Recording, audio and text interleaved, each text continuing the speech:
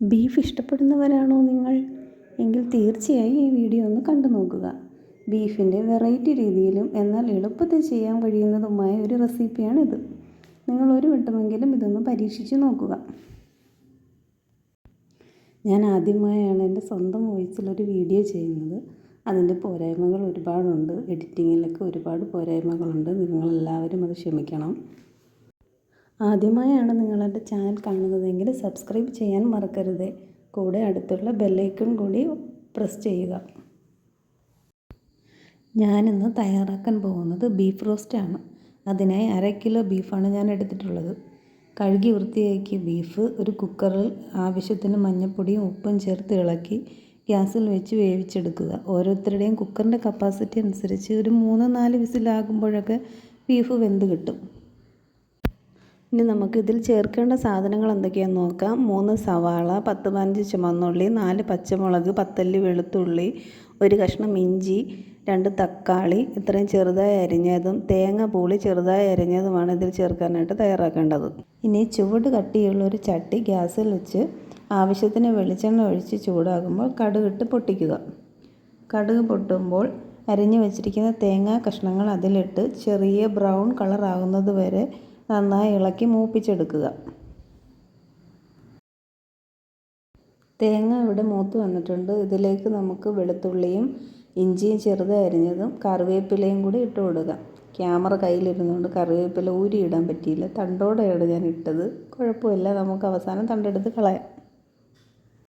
ഇത് ചെറുതായി മൂത്ത് വരുമ്പോൾ ഇതിലേക്ക് അരിഞ്ഞു വെച്ചിരിക്കുന്ന സവാളയും കൊച്ചുള്ളിയും ചേർത്ത് വഴറ്റുക. സവാളയും കൊച്ചുള്ളിയും വഴന്നു വന്ന ശേഷം മാത്രം തക്കാളി ചേർത്ത് ഇളക്കുക. സവാള ഇടുന്ന വീഡിയോ എടുക്കാൻ വിട്ടുപോയി. സവാളയുടെ കൂടെ തക്കാളി ചേർത്താൽ അതിലെ വെള്ളം ഇറങ്ങി സവാള നന്നായി വഴന്ന് കിട്ടില്ല. അതുകൊണ്ടാണ് തക്കാളി പിന്നീട് ചേർക്കുന്നത്.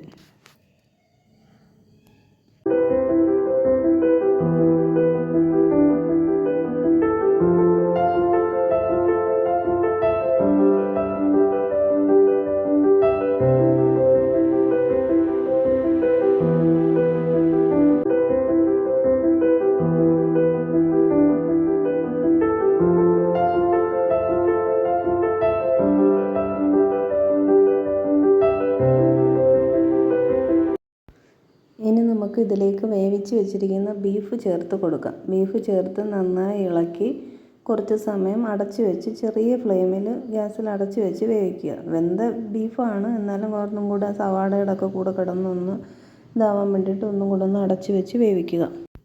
ഇനി ഇതിലേക്ക് ചേർക്കാനുള്ള പൊടികൾ മൂപ്പിച്ചെടുക്കാം. ഒരു ചട്ടിയിൽ കുറച്ച് വെളിച്ചെണ്ണ ഒഴിച്ച് അതിൽ 2 സ്പൂൺ കാശ്മീരി മുളക് പൊടി, 1.5 ടീസ്പൂൺ മല്ലിപ്പൊടി, 1/4 ടീസ്പൂൺ മഞ്ഞൾപ്പൊടി, 1 ടീസ്പൂൺ ബീഫ് മസാല എന്നിവ ചേർത്ത് കരിയാതെ മൂപ്പിച്ചെടുക്കാം. ചെറിയ തീയിലിട്ട് വേണം മൂപ്പിച്ചെടുക്കാൻ.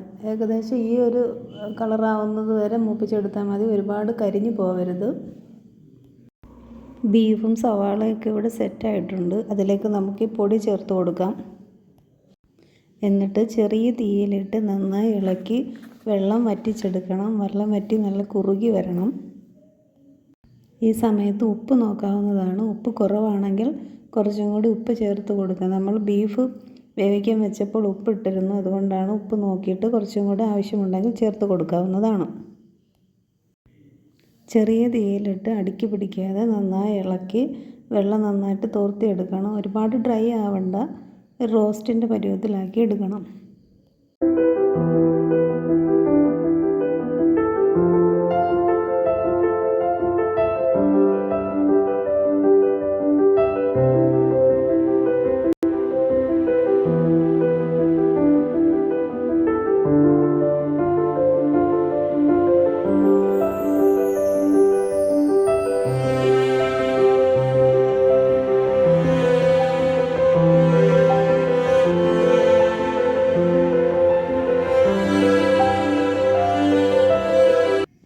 ഇനിയാണ് നമ്മൾ ഇതിലേക്ക് ചേർക്കേണ്ട മെയിൻ ഇൻഗ്രീഡിയൻറ്റ് ചേർക്കുന്നത്. 1.5 ടീസ്പൂൺ കുരുമുളക് പൊടിയും 1.5 ടീസ്പൂൺ ഗരം മസാല പൊടിച്ചതും ഇതിലേക്ക് ചേർക്കുക.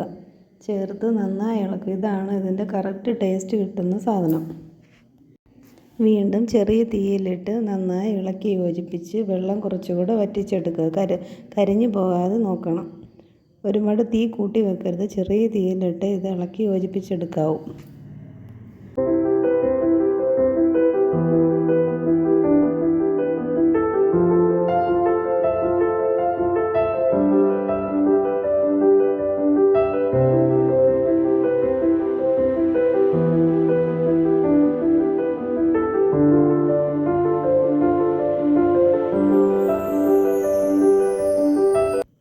നമ്മുടെ ബീഫ് റോസ്റ്റ് ഇവിടെ സെറ്റായി വന്നിട്ടുണ്ട്. ഇത് ചോറിൻ്റെ കൂടെയോ ചപ്പാത്തിയുടെ കൂടെയോ അപ്പത്തിൻ്റെ കൂടെയോ കപ്പയുടെ കൂടെയോ എന്തിൻ്റെ കൂടെ വേണമെങ്കിലും കോമ്പിനേഷനായിട്ട് കഴിക്കാവുന്നതാണ്. അപ്പോൾ എല്ലാവരും ഇതൊന്ന് ട്രൈ ചെയ്ത് നോക്കണം. വീഡിയോ ഇഷ്ടമായാൽ ലൈക്ക് ചെയ്യാനും ഷെയർ ചെയ്യാനും സബ്സ്ക്രൈബ് ചെയ്യാനും മറക്കല്ലേ. അടുത്ത വീഡിയോയിൽ വീണ്ടും കാണാം. അതുവരേക്കും ബൈ ബൈ.